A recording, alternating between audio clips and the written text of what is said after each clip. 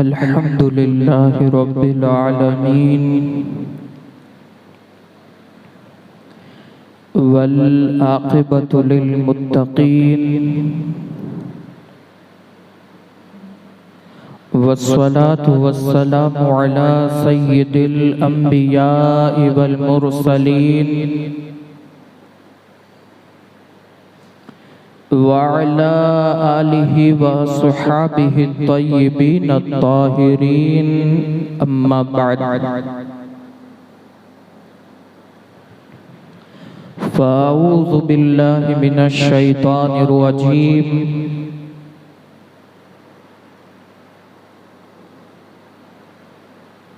बिस्मिल्लाहिर रहमानिर रहीम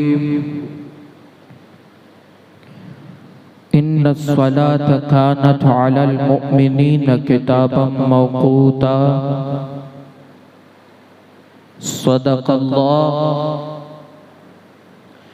सदक़ल्लाहु मौलानल अज़ीम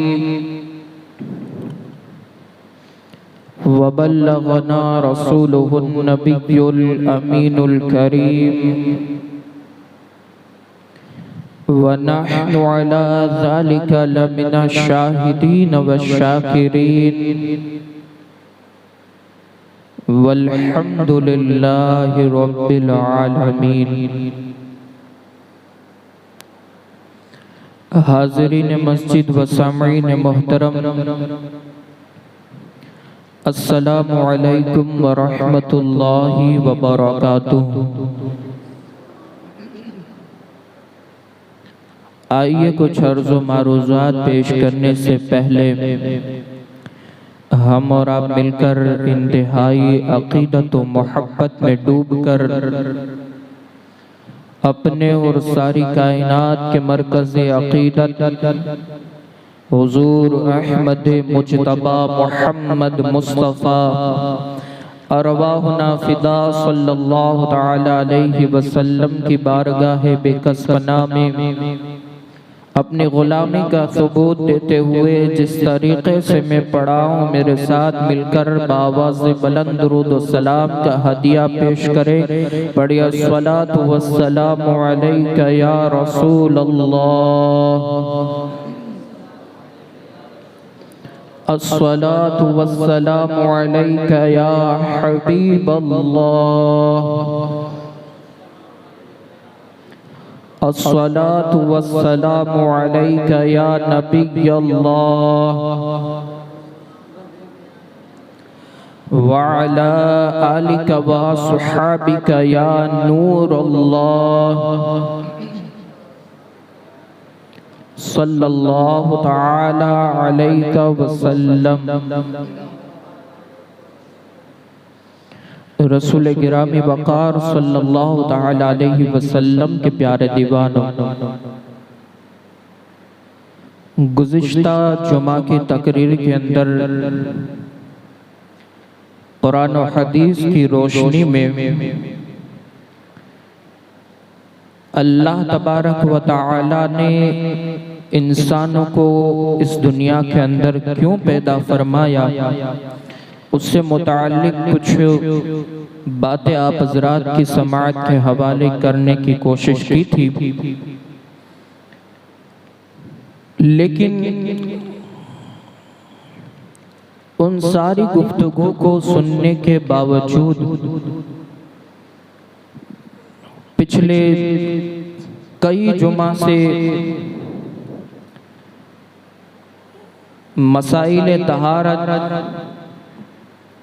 वुज़ू, गुस्ल, नमाज और दीगर सारे मसाइल पर आप हज़रात ने इस्तिफ़ादा किया,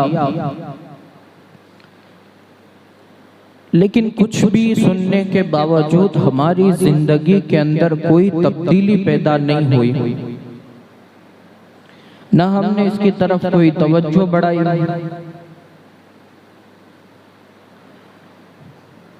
आखिर इसके पीछे की वजह क्या है?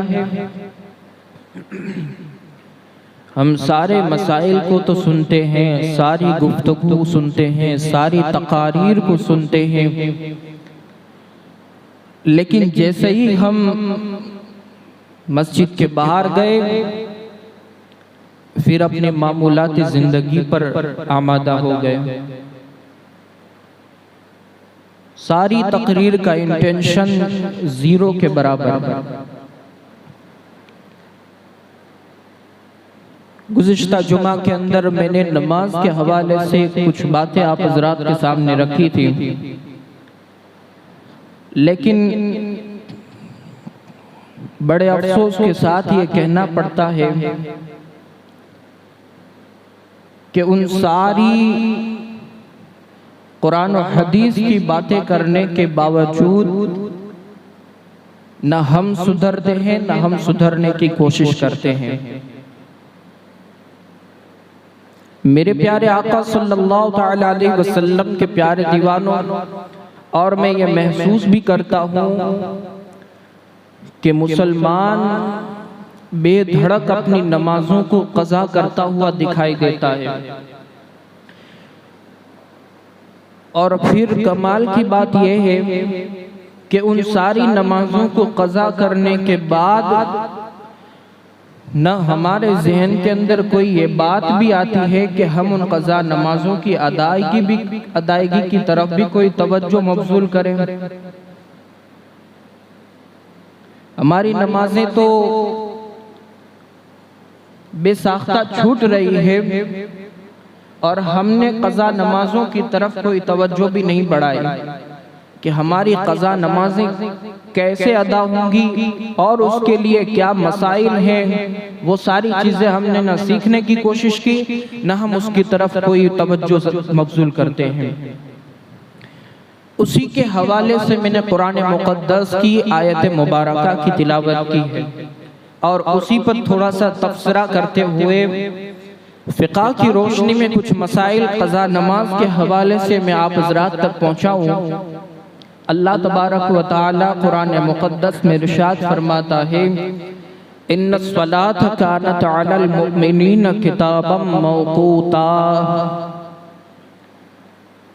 यानी बेशक नमाजें अपने वक्तों पर फर्ज है मुसलमानों पर, मोमिनों पर। तो अब तो हम वक्त गुजारने के बाद ही नमाज पढ़ने के आदी हो गए हैं। हम तो कुरान ही के खिलाफ अपने अमल को जो है वो आरास्ता करने के पीछे लगे हुए हैं। हमने इसकी तरफ कोई तवज्जो नहीं बढ़ाई कि हमारी नमाजें कहाँ छूट रही हैं, हमारी जमातें कहाँ जा रही हैं, हम नमाज जमात से पढ़ रहे हैं या नहीं पढ़ते हैं, उसकी तरफ कोई फिक्र नहीं। अब चलो जमात से नमाज नहीं अदा की, फिर उसके बाद भी हम उस वक्त के अंदर उस वक्त की नमाज को पढ़ने की तरफ भी कोई फिक्र नहीं है।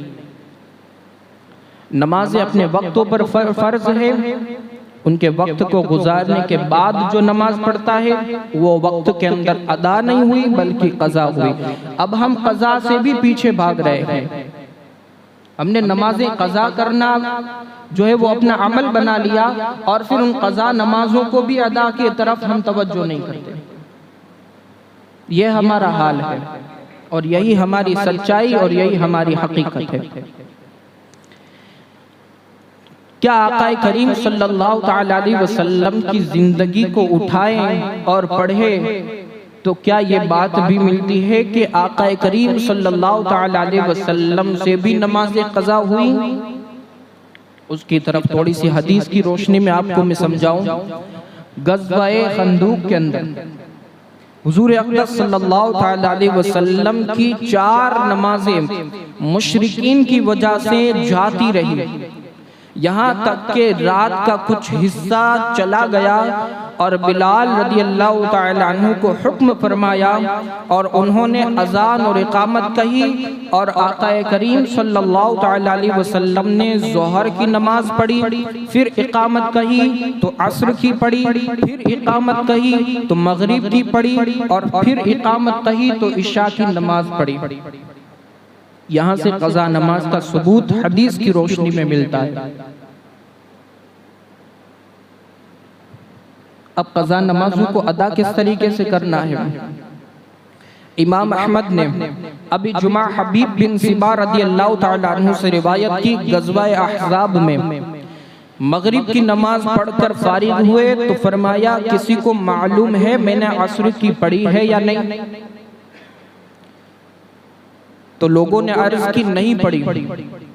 मुअज्जिन को हुक्म फरमाया और उसने इकामत कही और आक़ा करीम सल्लल्लाहु तआला अलैहि वसल्लम ने असर की पढ़ी और फिर मगरिब का इआदा किया।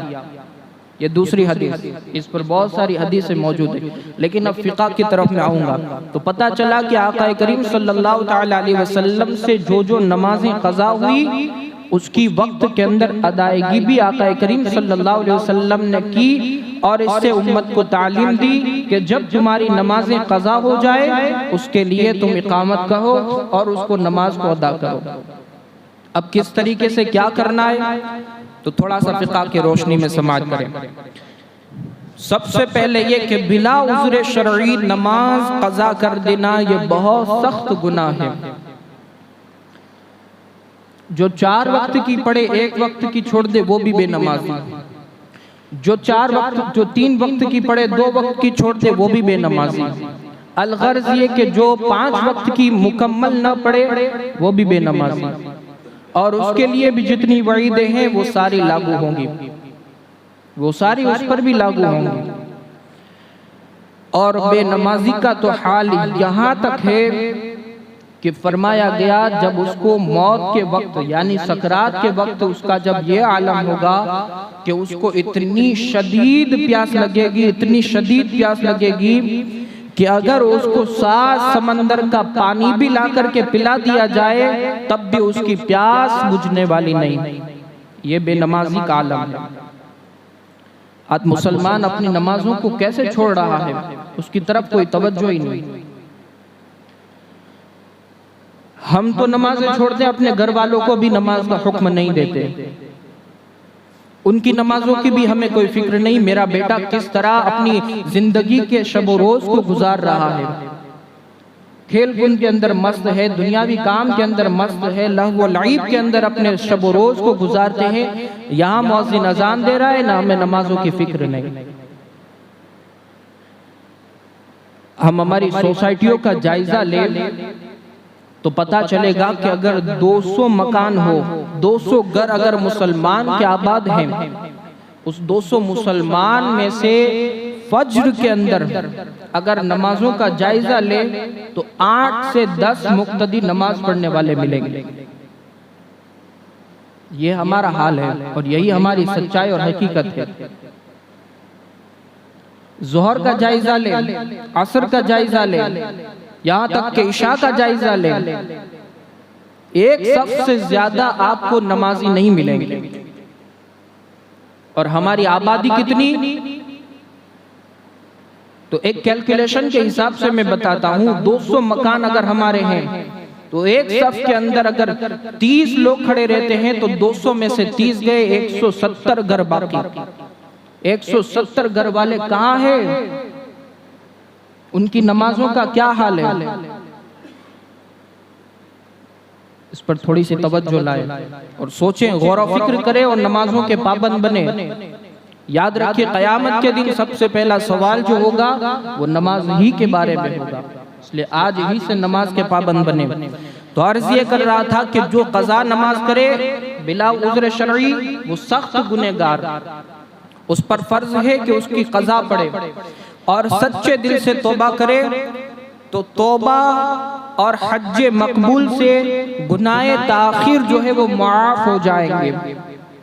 एक सच्चे दिल से अगर तौबा करे या हज मकबूल, जो हज करने वाला हाजी है उसका हज अगर मकबूल हो जाए अल्लाह की बारगाह में तो उससे उम्मीद है कि गुनाहे ताखीर जो है वो माफ हो सकते हैं। तौबा जब ही सही है कि क़ज़ा पढ़ ले, सिर्फ ऐसे ही ज़बान से तौबा तौबा करते रहें, आपकी तौबा काबिल कबूल नहीं। जब तक के आप नमाजों के पाबंद फिर से न बन जाए, जो नमाजें छूटी हैं उसको वापस इआदा ना करें, वापस अदा ना कर ले, तब तक कि आपकी तौबा भी काबिल कबूल नहीं, उसको तो अदा ना करे। तौबा किए जाए और ये तौबा नहीं कि वो नमाज जो उसके जिम्मे थी उसका न पढ़ना तो अब भी बाकी है, और जब गुनाह से बाज न आया तो ये तौबा कहाँ हुई। हदीस में फरमाया कि गुनाह पर कायम रहकर इस्तिग़फ़ार करने वाला उसके मिस्ल है कि अल्लाह अज़्ज़ व जल्ल से वो शख्स ठट्ठा करता है, यानी अल्लाह से मस्करी करता है, अल्लाह से मस्ती करता है, मस्ती मजाक करता है। इधर तौबा किया, उधर फिर गुनाह की तरफ आमादा हो गए। ये हमारी तौबा काबिल कबूल नहीं, बल्कि तौबा ही की बात निकली है। तो मैं बता दूं, हजरत उमर फारूक आजम रज़ी अल्लाह तआला अन्हु से पूछा गया कि तौबा क्या है। जैसे कुरान में लफ्ज़ आया तौबतन नसूहा का, तो उमर फारूक आजम ने जवाब दिया कि तौबतन नसूहा वो है कि जिस तरीके से दूध थन से निकलकर वापस थन में दाखिल नहीं हो सकता, उसी तरीके से तौबा करने वाला जब तक के सही तौर पर तौबा न कर ले और फिर गुनाह की तरफ आमादा न हो, ये उसके लिए तौबतन नसूहा है। कभी उस गुनाह की तरफ वापस न पलटे, उसका कदम कभी गुनाह की तरफ न जाए, ये तौबतन नसूहा है। बहरहाल, तो अब थोड़ा कज़ा की तरफ आते हैं। नमाज कज़ा करने के हवाले से जो मसाइल है, दुश्मन का खौफ अगर नमाज कज़ा कर देने के लिए ये उज़्र है। अगर किसी को दुश्मन का खौफ है और उसकी नमाज कज़ा हो जाए तो उसके लिए ये उज़्र काफ़ी है। मसलन मुसाफिर को चोर और डाकुओं का सही अंदेशा है तो उसकी वजह से वक्ती नमाज कज़ा कर सकता है, ये शरीयत इजाज़त देती है, बशर्ते कि किसी तरह नमाज पढ़ने पर कादिर न हो, किसी भी तरह नमाज पढ़ने पर कादिर ना हो, बैठ कर लेट कर इशारे से किसी तरह भी।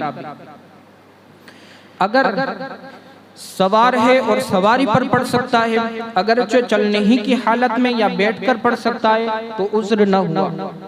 यूं ही अगर किबला को मुंह करता है तो दुश्मन का सामना होता है, तो जिस तरफ मुंह करना चाहे उस तरफ मुंह करके पढ़ ले, उसकी नमाज हो जाएगी, वरना नमाज कज़ा करने का गुनाह उस पर लाजिम आएगा। जनाई, जो बच्चा जनने वाली औरतें होती है, बच्चा जनाने वाली औरतें होती हैं, वो नमाज पढ़ेगी तो बच्चे के मर जाने का अंदेशा है, तो नमाज कज़ा करने के लिए ये उज़्र है। ये सारे मसाइल वो है कि आप कब कब नमाज कज़ा कर सकते हैं, उसके लिए थोड़ा सा तफसीरा कर रहा हूँ। इसके अलावा आप अपना जायजा लें कि आप इन सारे मसाइल के अंदर शरीक हैं या नहीं। अगर नहीं है तो फिर आप वक्ती तौर पर अदा करें अपनी नमाजों को। बच्चे का सर बाहर आ गया, देखिए नमाज का कैसा हुक्म है, किस हालत में नमाज माफ है और किस हालत में नमाज को अदा करना जरूरी है, उसके बारे में शरीयत का क्या कानून है। बच्चा के उसका सर बाहर आ गया और निफास से पेशतर वक्त खत्म हो जाएगा।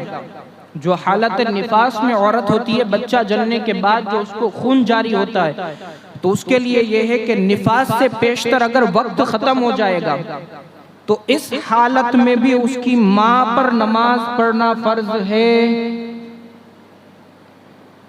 कैसी सिचुएशन है कि बच्चे का सर बाहर आ गया, धड़ बाहर नहीं आया, सिर्फ सर बाहर आया, और अगर ये अंदेशा है कि पेशतर इससे कि निफास से फारिग हो, वक्त खत्म हो जाएगा, तो ऐसी हालत में भी उसकी मां पर नमाज फर्ज है। ऐसी हालत में भी नमाज नहीं छोड़ सकती वो औरत कि जिसका बच्चा अभी बाहर आ गया है, उसका अभी सर बाहर आ गया है, ऐसी हालत में भी नमाज माफ नहीं। मुसलमानों जरा सोचो कि आप किस तरह अपनी नमाजों को जाये कर रहे हैं। क्या आप पागल हैं? क्या आप बेहोशी की हालत में हैं? क्या आप मर गए हैं? इन तीन वजह से नमाज माफ है। पागल, बेहोश हो जाए या मर जाए, इन तीनों में से आपका शुमार किसके अंदर होता है?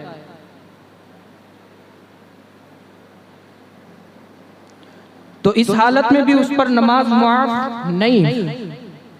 अगर न पढ़ेगी तो गुनहगार होगी। किसी बर्तन में बच्चे का सर रख दे। अब देखिए शरीयत इसका कानून भी बताती है, इसका तरीका भी बताती है किस तरह नमाज पढ़े। किसी बर्तन में बच्चे का सर रखकर जिससे उसको सदमा न पहुंचे इस तरह नमाज पढ़े। मगर इस तरकीब से पढ़ने में भी बच्चे के मर जाने का अगर अंदेशा हो तो ताखीर माफ है। यहाँ तक देखो, ताखीर माफ है, नमाज माफ नहीं। ताखीर से भले पढ़े, लेकिन पढ़ना हल हाल में जरूरी है। अगरचे ताखीर हो जाए, यानी आप लेट हो जाए पढ़ने के अंदर, थोड़ा सा वक्त गुजर जाए, लेकिन इस हालत में भी नमाज माफ नहीं है। कब? कि जब बच्चे के मर जाने का अंदेशा हो, वरना तो बर्तन में उसका सर रखे और फिर उसकी मां नमाज पढ़े। बादे निफास उस नमाज की कज़ा पढ़े। इस हालत में उसने नमाज पढ़ ली ताखीर के वक्त में, वक्त गुजर गया, बच्चा बाहर आ गया, अब फिर क्या करे? तो फिर कहते हैं फिर उसकी कज़ा पढ़े, अभी भी नमाज माफ नहीं।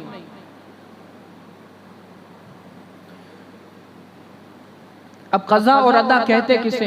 इस पर बात खत्म कर दूं। जिस चीज का बंदों पर हुक्म है, नमाज का हुक्म है मिसाल के तौर पर, तो उसे वक्त में बजा लाने को अदा कहते हैं। उसके वक्त में उसको अदा करना, उसको पढ़ लेना, उसको बजा लाना, ये अदा है, जिस तरह शरीयत का कानून है। और वक्त के बाद अमल में लाना ये कज़ा है। जुमा का वक्त मिसाल के तौर पर असर से पहले तक। अब अगर कोई शख्स सारी धोराजी के अंदर नमाज जुमा हो गई, असर के वक्त में वो जागा, तो अब जुमा का वक्त चला गया सारी धोराजी में, बल्कि हर जगह पर नमाज उसकी अदा हो गई, नमाज जुमा। अब क्या करे? वक्त चला गया, तो अब उसकी नमाज कज़ा में शुमार होगी। अब उसे चाहिए कि पहले वो असर के नमाज के वक्त जाए और जाकर पहले कज़ा करे, ज़ोहर हो ज़ोहर अदा करे। इसी तरह अगर असर का वक्त चला गया, मगरिब में आया, तो इस तरीके से सारी नमाज को पहले तरतीब से अदा करे।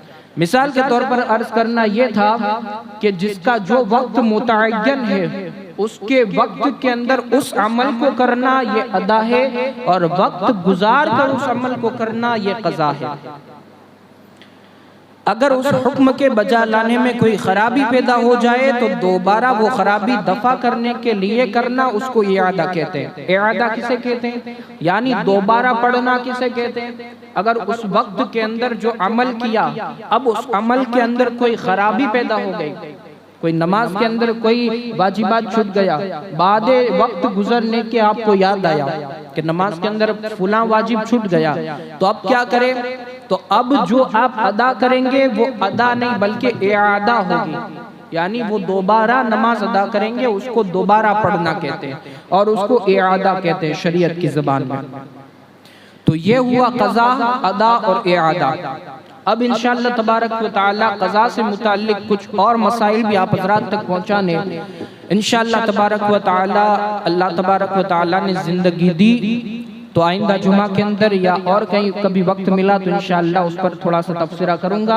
रब्बे क़दीर की बारगाह में दुआए मालिक मौला हम सबको 5 वक्त बाजमात तकबीर उला के साथ अपने वक्त के अंदर मस्जिद में नमाज अदा करने की तौफीक रफ़ीक अता फरमाए। अल्लाह अज़्ज़ व जल की बारगाह में दुआए मालिक मौला जो कुछ बयान हुआ उस पर हम सबको अमल कसीर की तौफीक अता फरमाए।